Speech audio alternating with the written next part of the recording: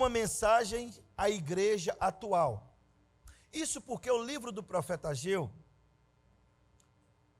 ele traz revelações, exortações e ensinamentos tão atuais para a igreja, tão atuais para a nossa vida, quanto o jornal que vai sair amanhã, como diz Billy Graham. Então preste muita atenção, e eu encorajo você que veio nessa primeira exposição a não perder o restante. Tá certo? Você que não pôde vir por alguma razão estar em casa, na próximo domingo você tem que estar aqui para você acompanhar essa série. Então preste muita atenção que nós vamos ler agora do capítulo 1, do verso 1 a 11, e eu vou fazer uma exposição, uma introdução a esse livro. E à medida que a gente for desenvolvendo esse livro, eu quero que você vá fazendo análise com a igreja atual, a igreja contemporânea. Então essa é uma mensagem urgente para nós, muito urgente para nós. Acompanha comigo a leitura, Ageu capítulo 1, de 1 a 11. Ageu 1, de 1 a 11. No segundo ano do rei Dario, no sexto mês, no primeiro dia do mês, veio a palavra do Senhor por intermédio do profeta Ageu a Zorobabel, filho de Salatiel, governador de Judá, e a Josué, filho de Josadaque, o sumo sacerdote, dizendo: assim diz, ou assim fala o Senhor dos exércitos. Este povo diz: não veio ainda o tempo em que a casa do Senhor deve ser edificada. Veio, pois, a palavra do Senhor por intermédio do profeta Ageu, dizendo: acaso é tempo de habitardes vós em casas apaineladas, enquanto esta casa permanece em ruínas? Ora, assim diz o Senhor dos exércitos: considerai o vosso passado. Tendes semeado muito, recolhido pouco. Comeis, mas não chega para fartar-vos. Bebeis, mas não dá para saciar-vos. Vestivos, mas ninguém se aquece. E o que recebe salário, recebe para pô-lo num saquetel furado. Assim diz o Senhor dos exércitos: considerai o vosso passado. Subi ao monte, trazei madeira, edificai a casa, dela me agradarei, e serei glorificado, diz o Senhor. Esperaste-o muito, e eis que veio a ser pouco. E esse pouco, quando o trouxestes para casa, eu com um assopro o dissipei. Por quê? Diz o Senhor dos exércitos: por causa da minha casa, que permanece em ruínas, ao passo que cada um de vós corre por causa da sua própria casa. Por isso os céus sobre vós retém o seu orvalho, e a terra os seus frutos. Fiz vir a seca sobre a terra, e sobre os montes, sobre o cereal, e sobre o vinho, sobre o azeite, e sobre o que a terra produz, como também sobre os homens, sobre os animais, e sobre todo o trabalho das mãos. Feche seus olhos. Peça temor a Deus para ouvir essa mensagem do profeta Ageu. Fala: Deus, traz temor ao meu coração. Porque talvez você leu esse texto junto comigo e você falou: que palavra dura para aquele povo. Mas pode ser que essa palavra seja mais para nós do que para aquele povo. Pode ser que essa palavra tenha mais a ver conosco do que com esse povo. Então feche os seus olhos e ore ao Senhor. Pai Santo, mais uma vez estamos diante do santo livro, o livro mais poderoso do universo, porque ele é a tua palavra. Mais uma vez, entre tantas as vezes que venho falar a este povo, meu coração estremece, minha boca seca, as minhas mãos se esfriam, porque talvez aquilo que esse povo virá nessa noite será juízo para eles, pois eles não deixarão as velhas práticas. Senhor, e eu sei que fazê-los deixar isso é impossível a mim, mas ao Senhor tudo é possível. Então não me deixe me desviar desse livro, me mantenha fiel a essa palavra, me mantenha fiel à exposição desse texto, de maneira que a palavra do Senhor não voltará vazia. Rogo também que o Senhor receba a honra, a glória e o louvor ao teu nome, Deus de alianças, Deus de promessas, Deus grandioso. A ti o meu louvor nessa noite, em nome de Jesus. Preste muita atenção que antes de fazer a exposição eu quero situar você ao livro do profeta Ageu. A maior parte dos profetas do Antigo Testamento, eles falaram, profetizaram antes do cativeiro da Babilônia. Ezequiel e Daniel foram profetas, eles profetizaram durante o cativeiro da Babilônia. E Ageu, Zacarias e Malaquias profetizaram depois do cativeiro da Babilônia.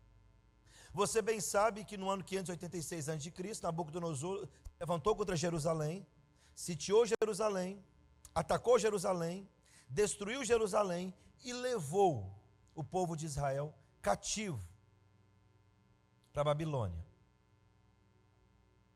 E você bem sabe que isso aconteceu, e Deus já havia falado que aconteceria, porque o próprio Deus entregou Jerusalém nas mãos de Babilônia, por causa da desobediência desse povo, porque eles se rebelaram contra Deus, porque eles adoraram falsos deuses, porque eles negligenciaram a lei de Deus. Deus então entrega Jerusalém, entrega Israel na mão de Babilônia, e esse cativeiro tinha prazo determinado por Deus. Deus havia dito, por intermédio dos profetas, que esse cativeiro seria de 70 anos. E durante 70 anos Israel foi subjugado por Babilônia.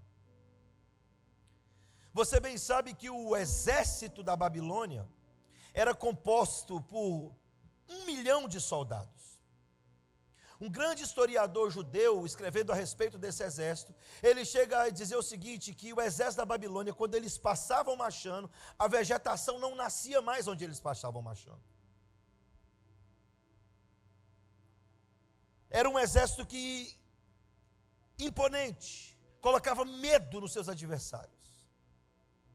Jeremias, quando vai profetizar desse caos em Jerusalém, vai falar que a cena era tão drástica, tão lamentável, tão cruel, a fome assolou de tal maneira Jerusalém, a destruição foi de tal maneira, que as mães sentiam desejo de comer o cadáver dos seus filhos.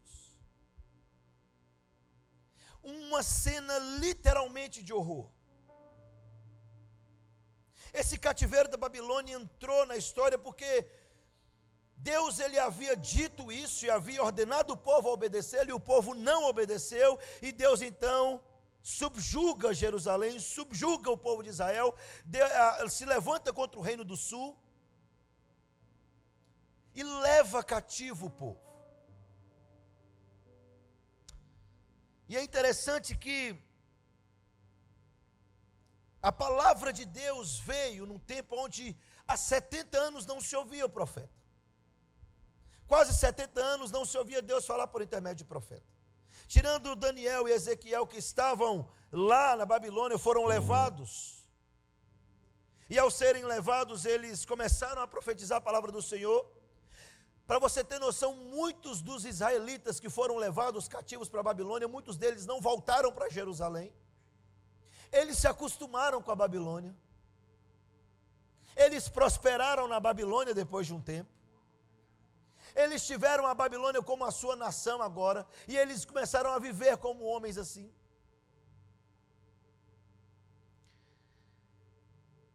E aí, preste atenção, o livro do profeta Ageu, o primeiro profeta pós-cativeiro. O que acontece? Deixa eu situar você. Jerusalém é destruída pela Babilônia, levado cativo, e um império com um exército, metade do exército da Babilônia é levantado por Deus. Através do profeta Isaías, Deus já havia profetizado a respeito do rei Ciro da Pérsia. E aquilo que parecia improvável para os homens, Deus o fez. Ciro se levanta contra a Babilônia, vence o exército da Babilônia, e agora Ciro, ele está sobre a tutela do povo judeu, do povo de Israel. Ciro agora governa. Só que Ciro conhecia a profecia, porque a profecia diz que o próprio Deus falou: Ciro, eu vou levantar você como meu pastor. Deus levantou um rei persa. Deus levantou Ciro. E Ciro, então, após vencer a Babilônia, ele assina um decreto por conhecer a profecia de que o povo haveria de voltar para Jerusalém. E que Deus havia levantado Ciro para reedificar Jerusalém e para reconstruir o templo, o lugar de adoração. Você bem sabe que Deus, naquele tempo do Antigo Testamento, tinha um apreço muito grande pelo templo. Ele mesmo ordenou fazê-lo. E ao ordenar fazê-lo, ele disse: esse será o lugar da minha habitação. A minha presença estará neste lugar. O templo será o lugar, e ele faz essa promessa. Quando Salomão termina um templo, ele fala assim: e quando vocês me invocarem neste lugar, eu vou ouvir vocês. As orações serão ouvidas neste lugar. E quando Salomão queima o incenso e faz as ofertas de sacrifício, a Bíblia diz que a glória do Senhor enche todo o templo. O templo era um lugar de habitação de Deus, da manifestação da glória de Deus, da manifestação da presença de Deus. E a profecia vai dizer exatamente isso, que Ciro seria levantado para reedificar Jerusalém, reconstruir Jerusalém e para restaurar o templo de Jerusalém, o lugar da habitação. E Ciro então assina um decreto e liberta o povo para voltar. O retorno do cativeiro para Jerusalém se dá em 3 demandas. A primeira, sobre a liderança de Zorobabel. E Zorobabel volta para Jerusalém com cerca de 50 mil israelitas. E a ordem era clara, o propósito era claro. Zorobabel volta para Jerusalém, leva 50 homens. Ciro então dá todos os recursos necessários para que eles possam reedificar o templo, reconstruir o templo. Logo, a primeira obrigação, a primeira missão desses israelitas que estavam voltando, junto com Zorobabel, era reconstruir o templo, que já se fazia 70 anos que o culto estava interrompido. Há 70 anos não se oferecia sacrifícios a Deus. Há 70 anos não se adorava a Deus da forma que ele havia ordenado. Então a primeira coisa que os israelitas tinham que fazer era retornar para Jerusalém e reedificar o templo. Essa era a ordem. Era isso que eles tinham que ter feito. Então eles regressam do cativeiro. Esdras capítulo 1, verso 1 e verso 3 vai narrar isso. Eles retornam para o cativeiro, sobre esse comando de Zorobabel, para poder edificar, restaurar. E a palavra diz isso. Deus fala o seguinte: quanto a Jerusalém, vou restaurá-la. E quanto ao templo, vou reedificá-lo. Vou reestruturá-lo. Vou colocá-lo de pé outra vez. Porém, depois de iniciarem a construção do templo, eles param.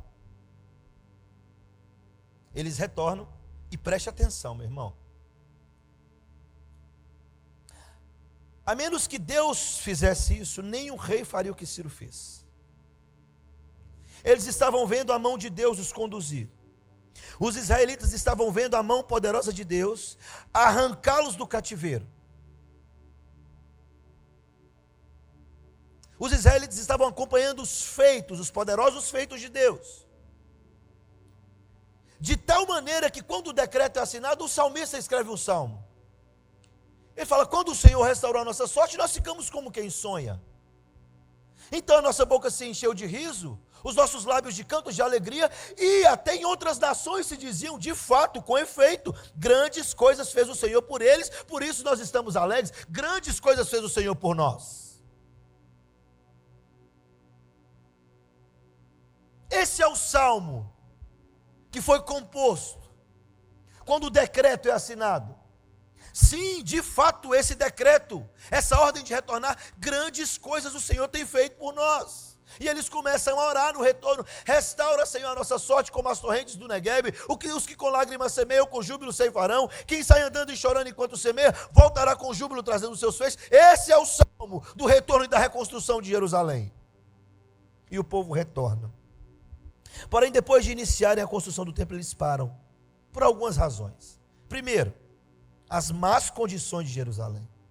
Nós estamos falando de uma cidade, um país devastado, destruído, casas queimadas, templo destruído, muros derrubados, tudo uma ruína, economia zero, e eles tinham que reconstruir isso.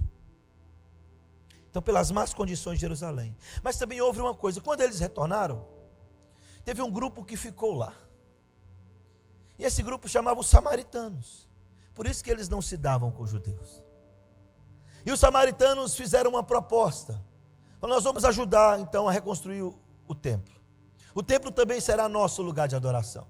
Porém, os samaritanos, isso era um laço para os judeus, isso era um laço para os israelitas, porque os samaritanos haviam abraçado uma fé mística e sincrética, uma fé estranha. E os judeus então rejeitaram essa ajuda.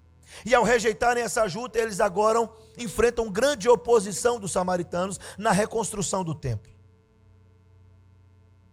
De aliados para inimigos. E aquela nação devastada, aquela cidade devastada, aquele templo destruído, agora o grupo que retorna encontra não só as dificuldades financeiras, as dificuldades sociais, as dificuldades da destruição que estava em Jerusalém, mas também encontra a oposição de um povo que estava na terra. E aí eles param a construção do templo. Esdras capítulo 4, verso 24 vai narrar essa história. E essa paralisação durou 15 anos.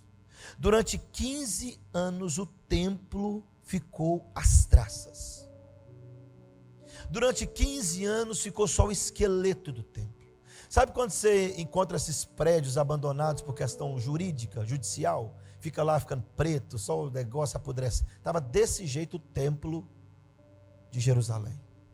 Durante 15 anos o templo ficou assim, entregue às traças. E nesse tempo, a palavra do Senhor veio ao profeta Ageu. Conseguiu acompanhar a história? Agora eu vou começar a mensagem. Preste atenção. A exortação de Ageu, a mensagem de Ageu, era inicialmente para a liderança, que havia retornado, Zorobabel e Josué. Só que na hora que ele vai falar, ele estende só ao povo.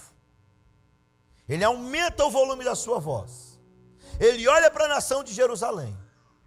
Ele olha para o povo de Deus e estende a sua mensagem, e ele aparece profetizando. Isso porque o povo de Israel já estava há 70 anos acostumado a ficar sem o templo na Babilônia. E agora eles estavam ficando acostumados em ter o templo em Jerusalém. Só que o templo naquele tempo era a grande glória de Jerusalém, porque no templo Deus havia dito que ele iria habitar. E a glória de Israel está em Deus e não em Israel. E eles então acostumados a viver sem o templo. deixaram a obra de Deus, deixaram a reconstrução do templo, e Ageu traz uma mensagem a esse povo. E qual é a mensagem que Ageu traz para esse povo? O povo cujo trabalho tinha se esfriado, o zelo com a casa de Deus tinha se esfriado, e Ageu então aparece e começa a profetizar, e começa a trazer uma mensagem de Deus, de exortação a esse povo. E para ficar de mais fácil compreensão, eu separei essa primeira mensagem de Ageu em 3 pontos. A primeira coisa que Ageu olhou para esse povo e disse foi: coloquem Deus em primeiro lugar. Coloquem Deus em primeiro lugar. Preste atenção do verso 1 ao verso 4, ele vai dizer assim: no 2º ano do rei Dario, no 6º mês, no 1º dia do mês, veio a palavra do Senhor por intermédio do profeta Ageu a Zorobabel, filho de Salatiel, governador de Judá, e a Josué, filho de Josadaque, o sumo sacerdote, dizendo: assim fala o Senhor dos exércitos. Esse povo está dizendo aí que ainda não veio o tempo de reconstruir a casa de Deus. Aí ele disse, verso 3: veio, pois, a palavra do Senhor por intermédio do profeta Ageu, dizendo, ele olha para o povo e diz: acaso é tempo de habitardes vós em casas apaineladas, enquanto esta casa permanece em ruínas? A primeira declaração dessa mensagem vai direto ao cerne do problema. Deus desmascara a hipocrisia e a incredulidade desse povo que Deus havia trazido do cativeiro. Isso porque Deus levou esse povo ao cativeiro por causa dos seus pecados. Deus traz esse povo de volta do cativeiro e eles ainda permanecem nos seus pecados.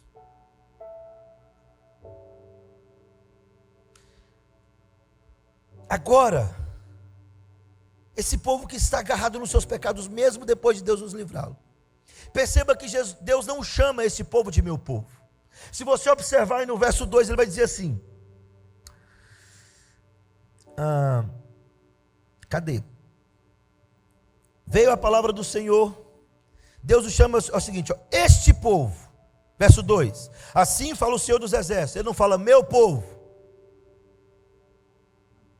ele olha e diz, este povo está dizendo por aí, e está dizendo em todo o tempo, que não chegou a hora de edificar a casa do Senhor, mas a ordem dada a Deus, a razão pela qual eles foram libertos do cativeiro, a razão pela qual Deus moveu a mão e o coração de Ciro, rei persa, e a ordem dada, e os recursos enviados, foi para que eles retornassem, e a primeira coisa que eles tinham que fazer é reedificar a casa do Senhor. Eles chegam,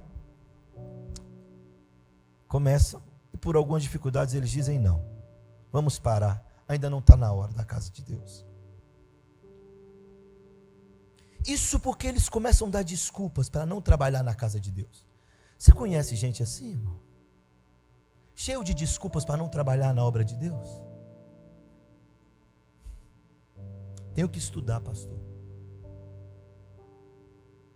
Tenho que trabalhar mais, pastor. Estou muito cansado, pastor. Eu tenho alguns compromissos, pastor.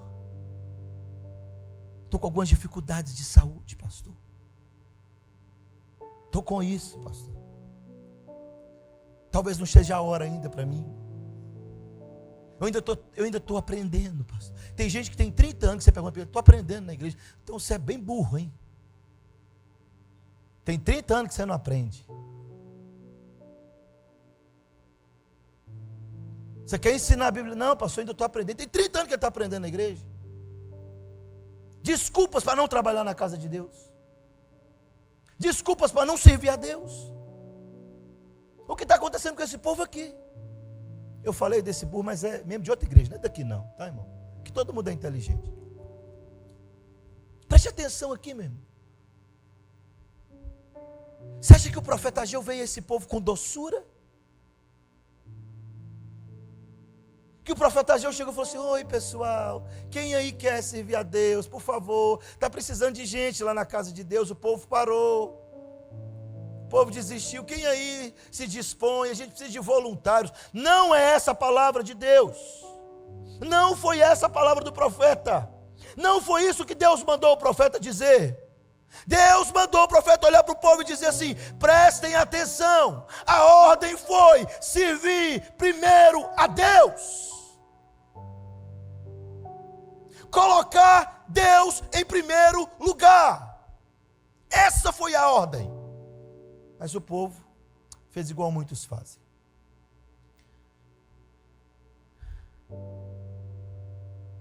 É tempo. Ainda não é tempo de reedificar a casa do Senhor. Essa foi a justificativa do povo para a sua inatividade. Isso porque eles estavam colocando os seus interesses pessoais na frente dos interesses de Deus. Eles desistiram de investir na casa de Deus para investir em suas próprias casas. Eles adiaram o projeto de Deus para priorizar os seus projetos pessoais. Eles criaram uma justificativa para abafar suas consciências.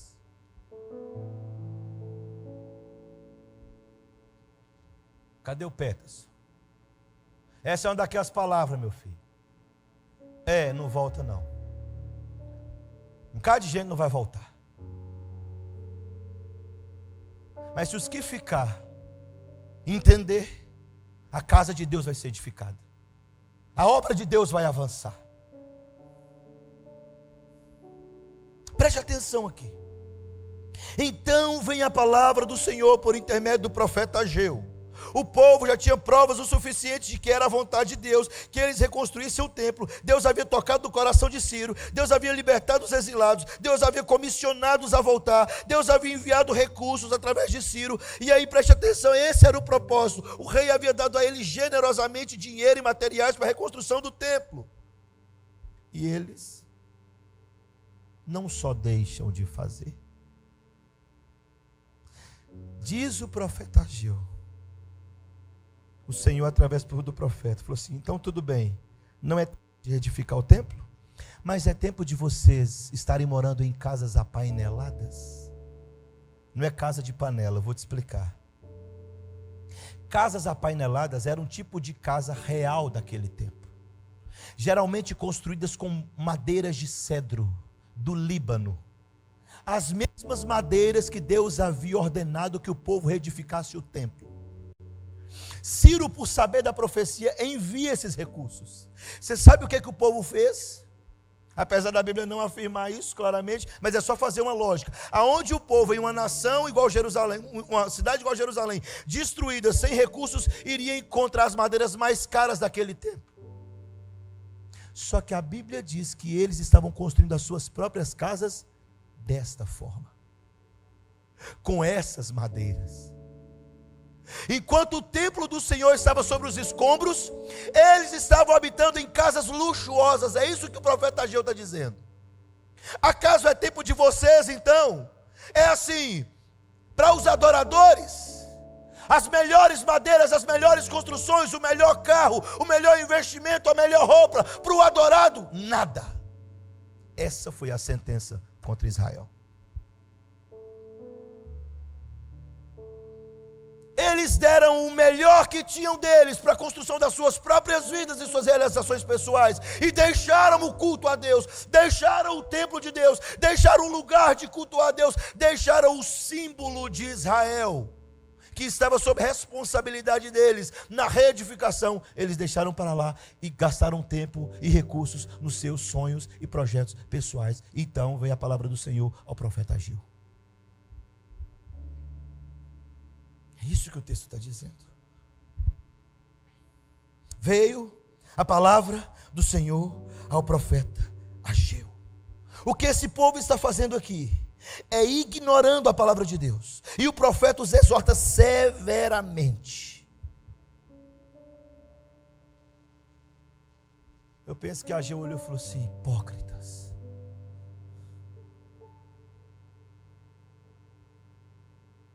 Egoístas, avarentos.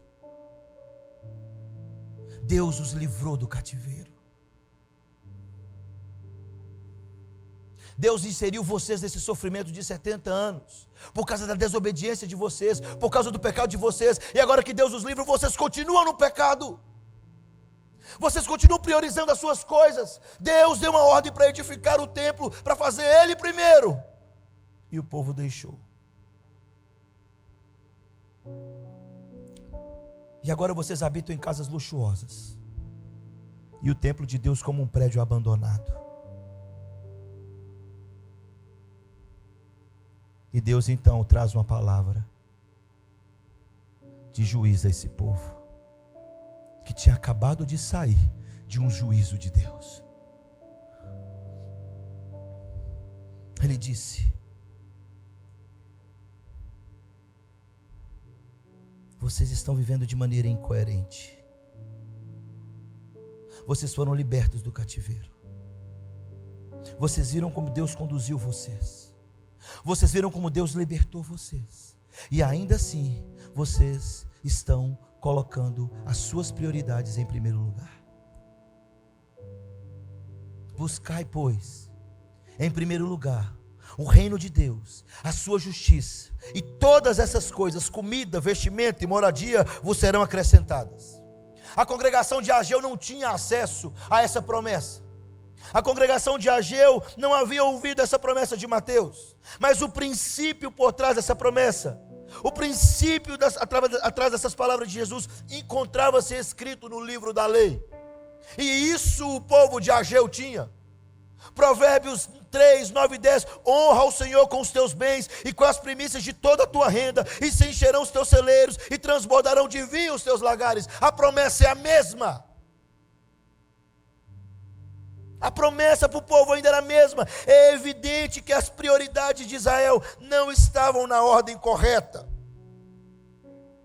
Israel inverteu as prioridades, e por causa disso Deus então, que há quase 70 anos não falava, levanta um profeta para falar.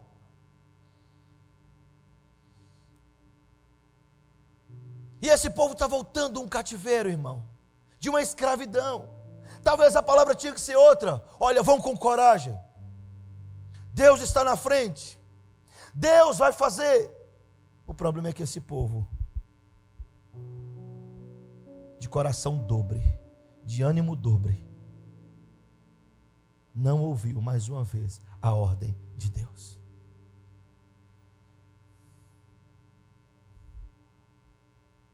As prioridades de Israel estavam mudadas. Mas a pergunta é: o povo de Deus nos dias de hoje são diferentes dos judeus daquele tempo?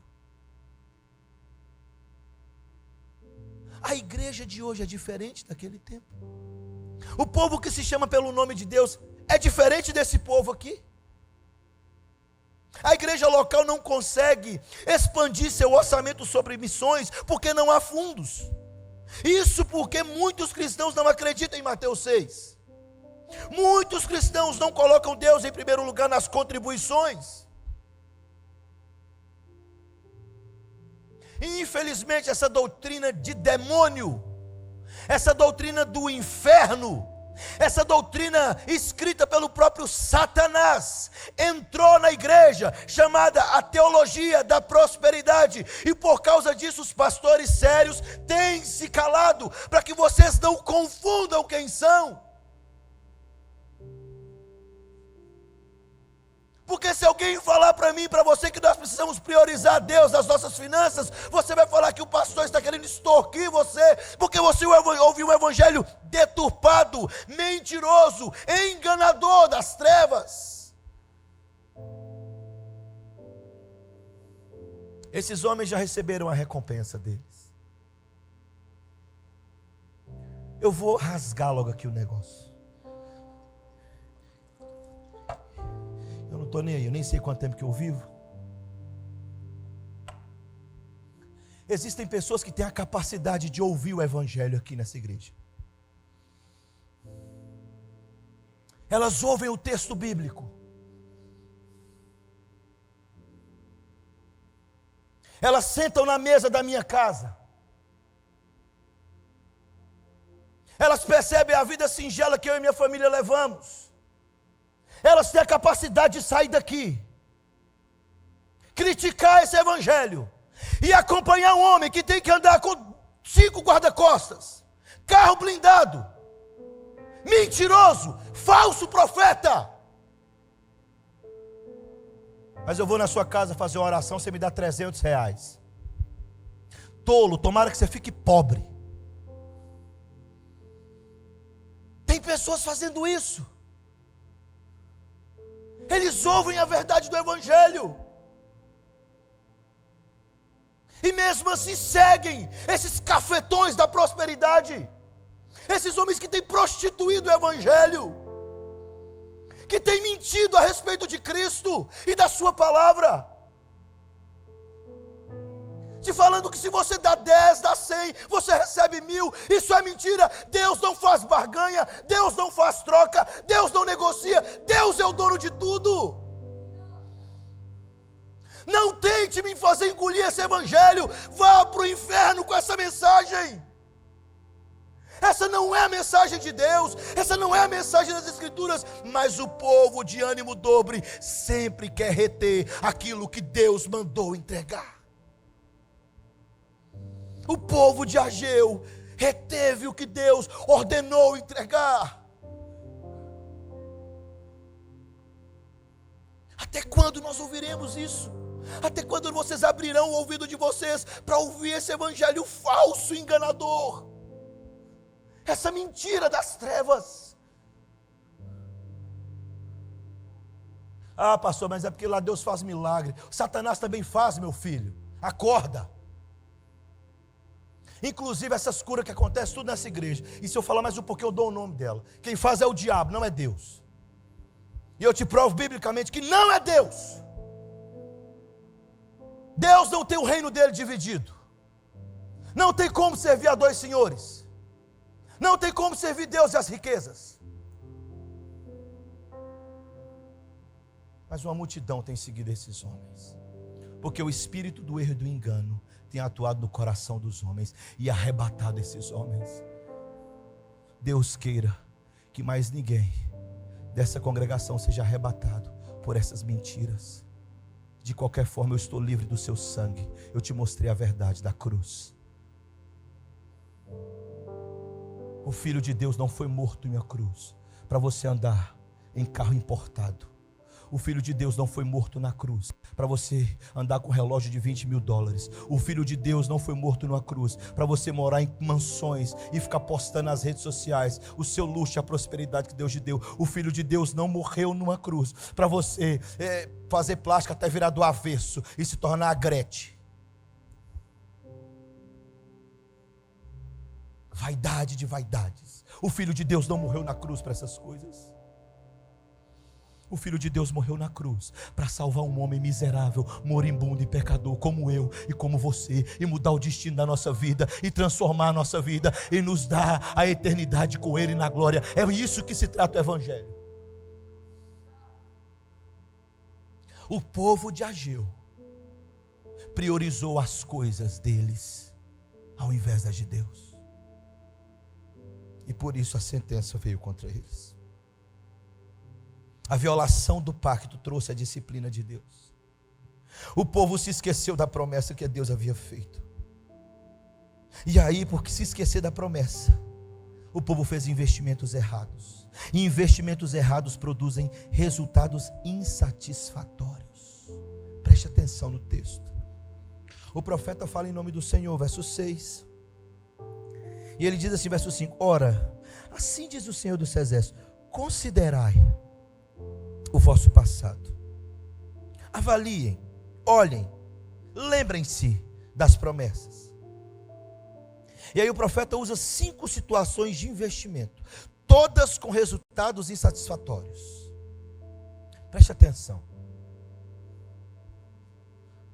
Primeiro, ele diz: semeia muito e colhe pouco,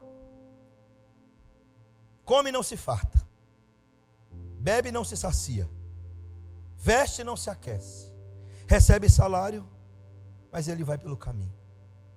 5. Logo, o que o profeta está nos ensinando aqui é simples. Sempre que o povo desampara a casa de Deus e a obra de Deus, nós corremos o risco de ter muito, mas não encontrarmos prazer no que temos. fazer grandes investimentos, mas com resultados insignificantes. Ele diz assim, tem de semeado muito e colhido pouco. Mas não chega para fartar-vos. Come, mas não chega para fartar-vos. Bebe, mas não dá para saciar. Veste, mas ninguém se aquece. E o que recebe salário? Recebe em um saco furado. À medida que ele vai andando, vai ficando pelo caminho. Aí, olha aqui para mim, você mesmo, estou falando com você. Não é com outro, não, é com você mesmo. Olha para mim. Pastor, vou dizer uma coisa para o senhor, eu não sei o que está acontecendo comigo não. Mas meu dinheiro não dá para nada. Considerai o passado. Pastor, nossa, pastor, tem jeito de ser dizimista não, porque trem apertou mesmo. Aí não dá não.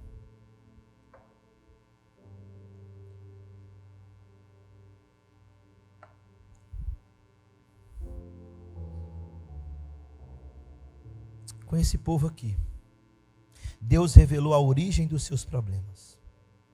Eles estavam ocupados demais construindo as suas próprias casas. E não tinha tempo para a casa do Senhor. Os mesmos homens que eram habilidosos e ágeis para construir suas casas e cuidar dos seus negócios, eram indiferentes e lentos quando se tratava da obra de Deus. Essa é a sentença contra esse povo. Isso que o profeta está falando da parte de Deus para esse povo. Preste atenção, meu irmão. Retém em nossas mãos o que nós devemos empregar na obra de Deus. Gera em nós grande insatisfação. O próprio Deus é o agente dessa insatisfação. O texto diz que Deus impede a colheita abundante. O texto diz que quando nós chegamos com aquele restinho, Ele sopra. Ele não quer. Mas nós insistimos. Ano após ano, culto após culto, congresso após congresso, reunião após reunião, em não deixar esse mau hábito que nós herdamos. Você quer ver um exemplo? Por que tem que mandar roupa usada para o missionário? Aqui não serve mais para você. Aqui você tem vergonha de usar. Aqui soltou o botão. Aqui desbotou. Não, pastor, está mais ou menos aqui, dá para usar. Então usa você. Por que tem que ser assim? Por que o que estraga na sua casa você quer trazer para a igreja? É isso que o profeta está falando. Para mim as melhores coisas. Para a casa de Deus se der alguma coisa. Para mim o melhor. Para Deus mais ou menos. Por que tem que ser assim? Ele está falando, quando você faz isso, você come e não sacia. Você bebe, mas não mata a sua sede. Você se veste, mas não se aquece. Ele está falando assim, você será insatisfeito. Sempre insatisfeito. É isso que o texto está dizendo. Por que o que sobra é para Deus? Por que para Deus você vem aqui é o resto da sua força? É o resto do seu dia. Se der tempo eu prego, se der tempo eu ensino, se der tempo eu conduzo, se der tempo eu faço. Por que para Deus é assim? A ordem é essa. É isso a sentença contra esse povo. Agora a pergunta é, esse povo é diferente de nós? Será que esse povo é tão diferente da igreja atual, meu irmão?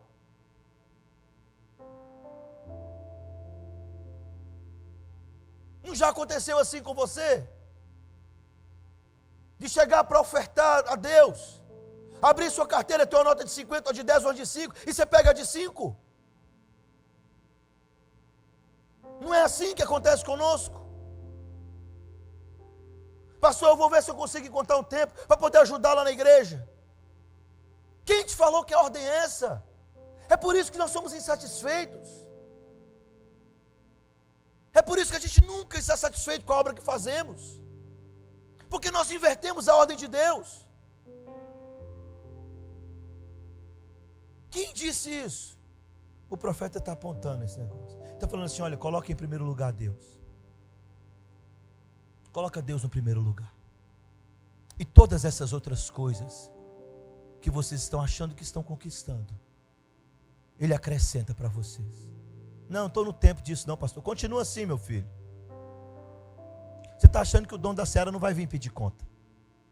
É porque esse Deus que você conheceu é um Deus muito frouxo. Não é o meu. Mas se o meu vir, você está enrolado. Está na hora da gente acordar. A mensagem do profeta é urgente para nós. É para hoje. Por quê?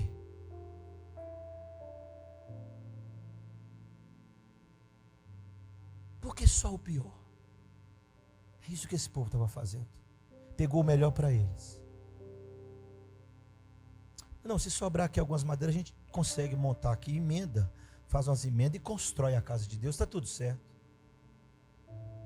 E Deus então levanta o profeta e aponta o pecado desse povo. Primeira coisa, busque em primeiro lugar a Deus. Coloque Deus em primeiro lugar nas contribuições, no serviço. Segundo, creia nas promessas de Deus. Verso 5, verso 11. Verso 5 diz assim: ora, diz o Senhor dos Exércitos, considerai o vosso passado. O que Deus está falando por intermédio do profeta é: olhem pelo retrovisor, olhem lá atrás. O verbo considerar aqui, no hebraico original, significa medite, pensem com cuidado. Era a hora do povo fazer uma série de introspecção diante do Senhor. O desprezo do povo com relação à obra da casa de Deus tinha levado o povo de Israel a quebrar a sua aliança com Deus. E Deus está falando assim: volta lá atrás, olha a promessa que foi feita, olha a aliança que eu estabeleci. Eu disse que eu seria o Deus de vocês, e que vocês seriam o meu povo, e que se vocês me obedecessem, vocês comeriam o melhor dessa terra. Olhem lá atrás, avaliem o passado, avaliem a vida de vocês. Ele não está falando só de dinheiro, filho. Ele está falando de compromisso, fidelidade, serviço, amor, empenho em sua obra. Olhem lá atrás. Olha como eu conduzi vocês. Olha os livramentos que foi feito, que foi dado. Olha a mão poderosa guiando vocês, sustentando vocês. O que o povo de Israel estava fazendo é se esquecendo quem era o provedor. Muitas vezes, meu irmão, nós estamos vivendo esquecendo quem provê as coisas. Nós estamos vivendo acreditando que nós conquistamos com o nosso braço, com a nossa força. Não, você entendeu tudo errado. O profeta olha para esse povo e chama a atenção desse povo. Fala assim: olha, pensem um pouco.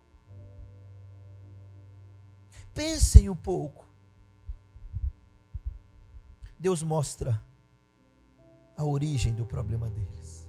E a origem do problema deles talvez seja a mesma da origem de nossos problemas atuais. Nós colocamos a nossa vida e as nossas prioridades e os nossos projetos e as nossas vontades na frente da de Deus, e por isso somos insatisfeitos. E por isso vivemos uma vida sem satisfação plena.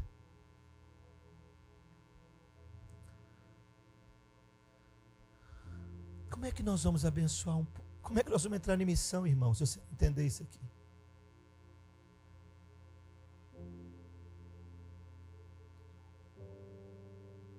Como que nós vamos fazer?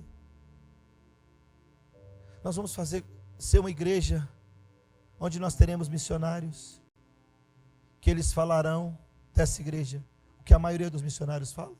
Fomos enviados, pastor, pela igreja e fomos abandonados no campo. Uma igreja que arrecada 100, 200 mil, tem capacidade, cara de pau, coragem de mandar R$200 para um missionário. Aí eles falam assim: pastor, isso é porque a igreja acredita que o sonho de fazer missões é só do missionário. deixou de ser o sonho da igreja e de Deus. Essa igreja não. Enquanto eu estiver aqui, não. Talvez no próximo pastor, aí ele faça isso. Mas enquanto eu estiver aqui, não. Missionário nenhum vai falar isso. Não dessa igreja. Porque a evangelização é a obra de Deus. E o melhor dessa igreja vai ser para ser empregado na obra de Deus. O que essa igreja tiver de melhor, ela vai investir, integrar na obra de Deus. Não vai ser luxo de pastor, luxo de membro de igreja. Quer uma igreja pomposa, bonita? Tem um monte em Maceió. Te dou uma lista, pode ir para lá, meu irmão. Mas nós não queremos isso. Nós precisamos investir em pessoas. Nós precisamos amar pessoas. Nós precisamos evangelizar pessoas. Nós precisamos cuidar de pessoas para que elas vá e façam aquilo que eu e você não estamos podendo fazer. O melhor de Deus é para a obra de Deus. O melhor dos nossos recursos é para a obra de Deus. O melhor do nosso esforço é para a obra de Deus, para a construção da casa de Deus. Porque você bem sabe que agora, na nova aliança, nós somos a habitação. Deus não habita mais em templos feitos por mãos humanas. Deus habita agora no meio da sua igreja. E a igreja é constituída de pessoas. Então o melhor de Deus, o melhor dos nossos recursos, deve ser investido em pessoas. Que Deus ajude essa igreja a fazer isso. Mas eu finalizo. O problema dessa igreja não era... O problema desse povo aqui não era falta de recursos, meu irmão. Era falta de prioridade. O capital da igreja é a fé. A igreja, meu irmão, a igreja que se propõe a dar glórias ao nome do Senhor, realiza coisa extraordinária para Deus. Porém, sempre que nós colocamos os nossos interesses na frente dos interesses de Deus, nós deixamos a casa de Deus em ruínas. Sempre. Sempre que nós fazemos isso. Sempre que nós priorizamos os nossos interesses em detrimento aos interesses de Deus, em ruínas. Deixamos essa obra em ruínas. Foi isso que aconteceu com esse povo. Não era falta de recurso, era falta de prioridade. O coração desse povo não estava na obra de Deus. E Deus os exorta, Deus os chama ao arrependimento. Terceiro e último, verso 7 e verso 8. Assim diz o Senhor dos Exércitos: considerai o vosso passado. Mais uma vez. Sabe o que Deus está falando com o povo? É o que eu vou falar com você hoje. Parem para pensar. Parem de só ouvir um sermão. Parem de só vir aqui e ouvir uma mensagem. Parem para analisar. Parem para refletir. Parem para ponderar. Olha para a vida de vocês. Existem pessoas aqui que Deus tem abençoado tanto. Olha, para pensar nisso. Eu tenho irmãos aqui que eu não posso nem abrir a boca, irmão. Louvado seja Deus por isso, por essa igreja. Tem irmão que eu tenho medo até de falar o que a igreja está precisando perto dele. Porque eu sei que ele vai acabar entrando de cabeça. Calma aí. Tem irmão que eu tenho que segurar aqui na igreja. Calma. Mas será que são todos? Será que essa é a realidade da igreja atual? Se amanhã nós precisarmos levantar 5 mil reais para mandar para um missionário, nós vamos levantar?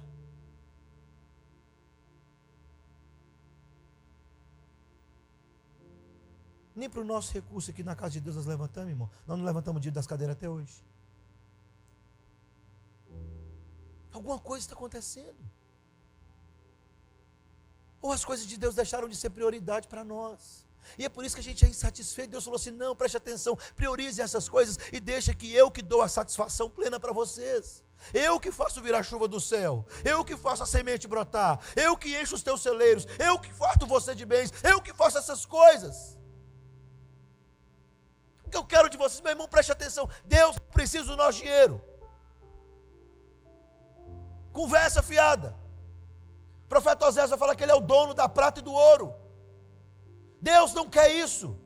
O que Deus quer de nós é fidelidade à sua palavra.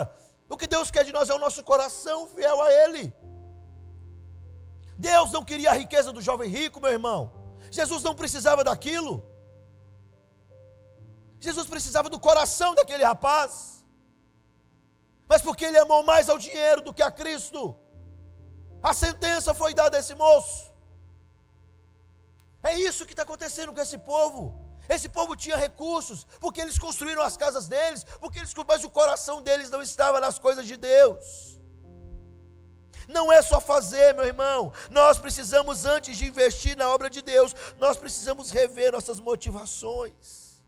Antes de ordenar ao povo que suba ao monte e traga madeira, a fim de reconstruir o templo, o profeta ordena o povo a considerar o passado deles. Ele diz assim diz o Senhor, verso 7, considerai o vosso passado. Subi ao monte, trazei madeira, edificai a casa, dela me agradarei, e serei glorificado, diz o Senhor. Sabe o que ele está falando? Não é só fazer, meu irmão. Como um religioso, é fazer com a motivação correta. É fazer entendendo o que você está fazendo. Você precisa entender, talvez, meu irmão, que às vezes você pega dinheiro, joga fora, gastando com coisas supérfluas, e tem um missionário de joelhos, chorando e orando, para que Deus mande provisão. Passando madrugadas a fio, chorando. E você fazendo os caprichos desse filho, mimado que você tem, que estraga uma coisa, você dá outra.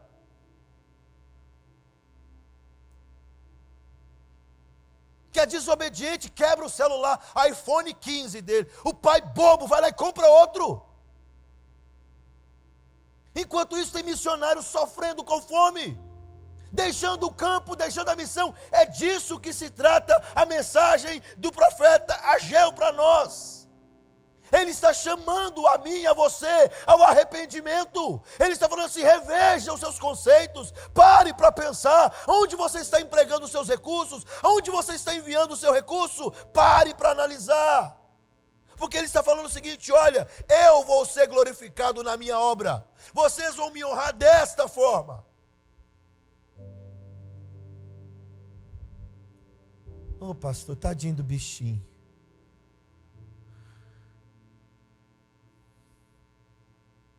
O celularzinho dele quebrou, pastor. Porque o bichinho foi desobediente, saiu com o celularzinho aí, correndo. Eu falei: não vai, meu filhinho de 7 anos. Tem que dar outro para ele. Você é um tolo, meu irmão.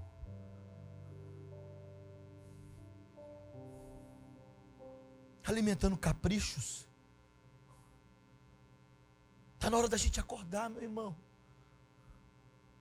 O profeta está falando assim: pare para pensar. Avalie o que você está fazendo. É por isso que você nunca está satisfeito. Deus está chamando a mim e a você para um compromisso com a causa dele. Para um compromisso com a obra dele. Ele está falando assim: acorda, igreja, acorda. Eu livrei vocês do pecado, eu tirei vocês do cativeiro, eu arranquei vocês da escravidão, e eu ordenei uma coisa: o meu reino tem que avançar por intermédio da igreja. E Deus tem nos enchido de recursos. Deus tem aberto portas. E nós temos gastado com os nossos caprichos, e não com a causa de Deus. Não estou falando, meu irmão, que você não pode ter uma vida boa. Estou falando que você não pode ter um carro bom, uma casa boa. Isso é bênção de Deus para nós. O que eu estou te falando é: reveja os seus conceitos. Priorize as coisas de Deus. E faça a prova dele, diz o Senhor dos Exércitos.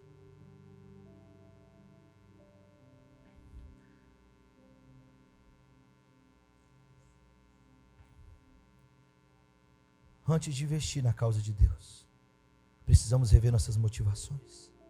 O que esse povo estava fazendo aqui, e que o profeta manda eles voltarem no passado, eles estavam fazendo exatamente o oposto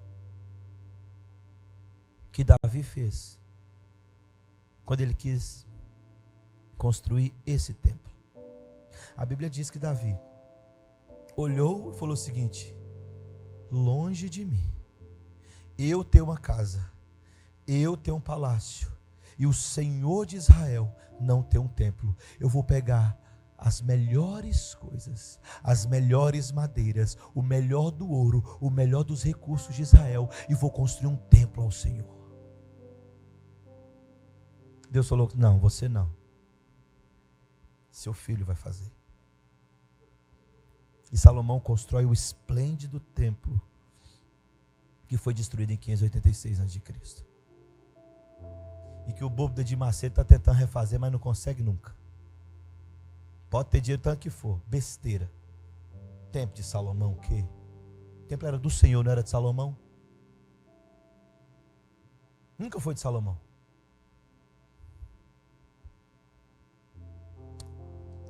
Preste atenção.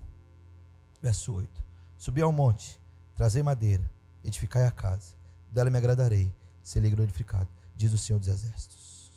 Nós glorificamos a Deus quando entendemos que Deus é Deus de primícias e não de sobras. Verso 9: esperaste-o muito, e eis que veio a ser pouco. E esse pouco, quando trouxestes para casa, eu com um assopro o dissipei. Por quê? Diz o Senhor dos Exércitos: por causa da minha casa, que permanece em ruínas, ao passo que cada um de vós corre por causa da sua própria casa. Deus não negocia as primícias. Deus não negocia as primeiras coisas. Deus não negocia o primeiro lugar. Deus não divide a sua glória. Deus não vai mudar, meu irmão.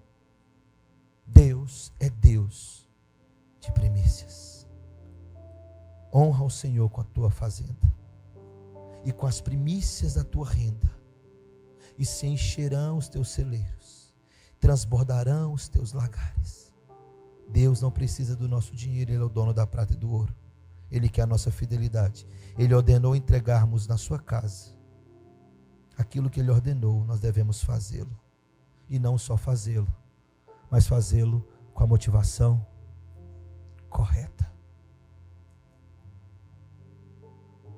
Ele disse: se vocês não fizerem isso, o trabalho das suas mãos é vão. Vocês não serão satisfeitos com o trabalho de vocês. Hoje, meu irmão, é um chamado à igreja, um chamado ao arrependimento e à reflexão. Ele está dizendo: coloquem Deus em primeiro lugar. Ele está dizendo que se você tiver alguma outra coisa para fazer no dia de culto, a prioridade é o culto.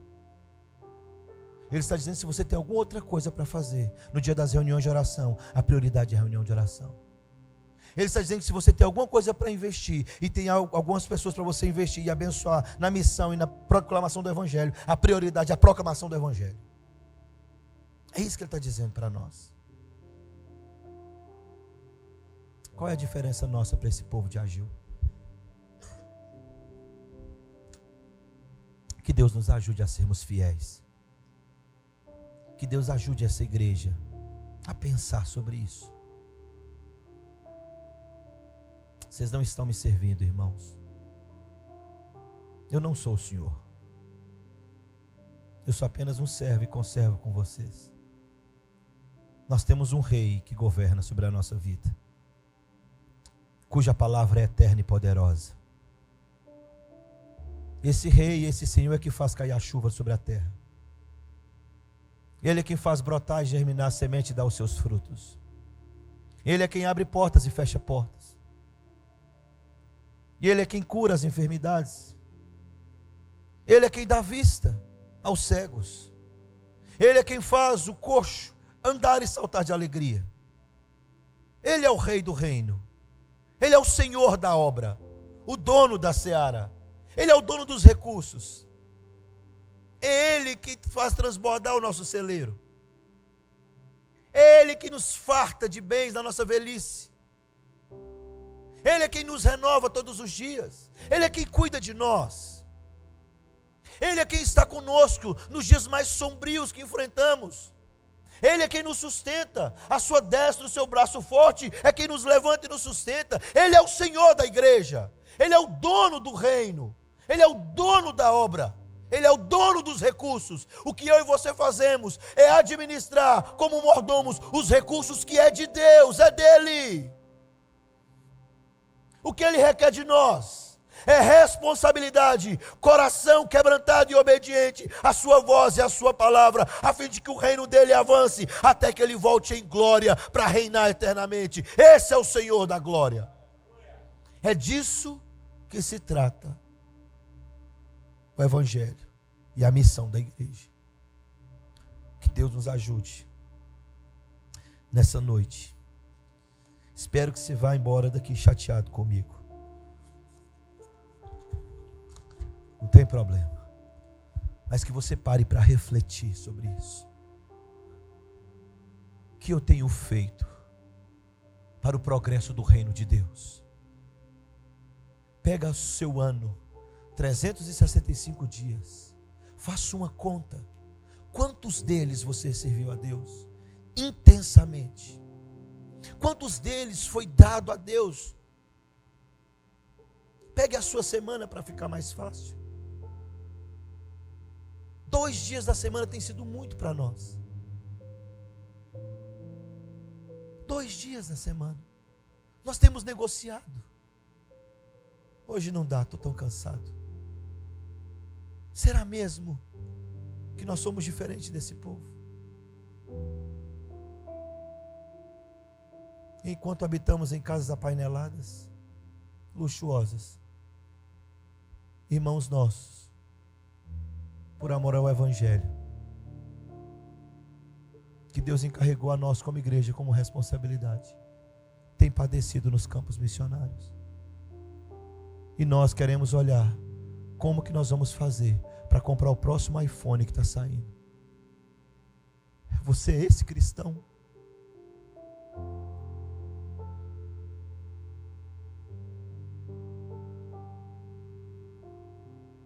Quero te dizer com todo o meu coração, meu irmão. Se você é esse cristão nessa igreja, eu tenho vergonha de ser o seu pastor. Você nunca amou Jesus. Reveja os seus conceitos. Arrependa-se dos seus pecados.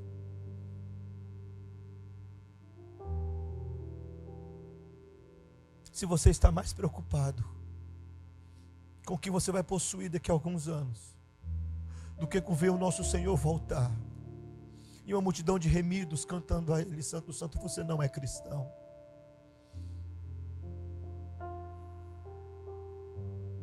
Se você tem coragem de desperdiçar o seu dinheiro com jogos banais, brincadeiras banais, e não tem empregado o seu dinheiro em evangelização do mundo, você não ama Jesus. Você não é cristão. Reveja os seus conceitos. Reveja o seu evangelho. A minha oração é para que Deus levante uma igreja assim,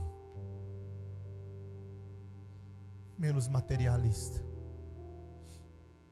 mais espiritual, comprometida com a volta do nosso Senhor. Não sei se você tem expectativa nesse dia.